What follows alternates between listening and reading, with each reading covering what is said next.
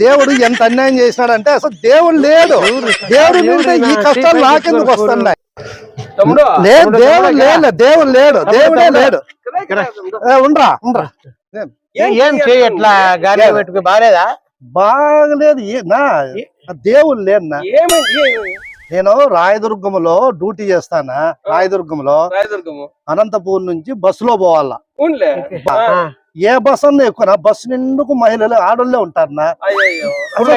Full అయిపోయింటది, కూర్చోడానికి సీటే ఉండదునా.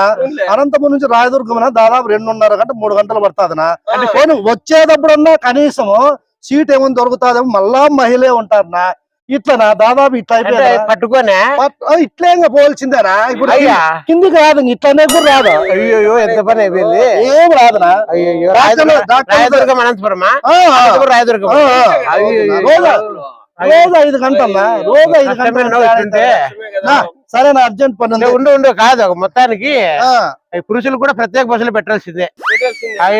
లేకపోతే కాదురా. అందరూ ఇట్లా అవుతారు పురుషులు అంతా. మళ్ళీ పోయిస్తానా.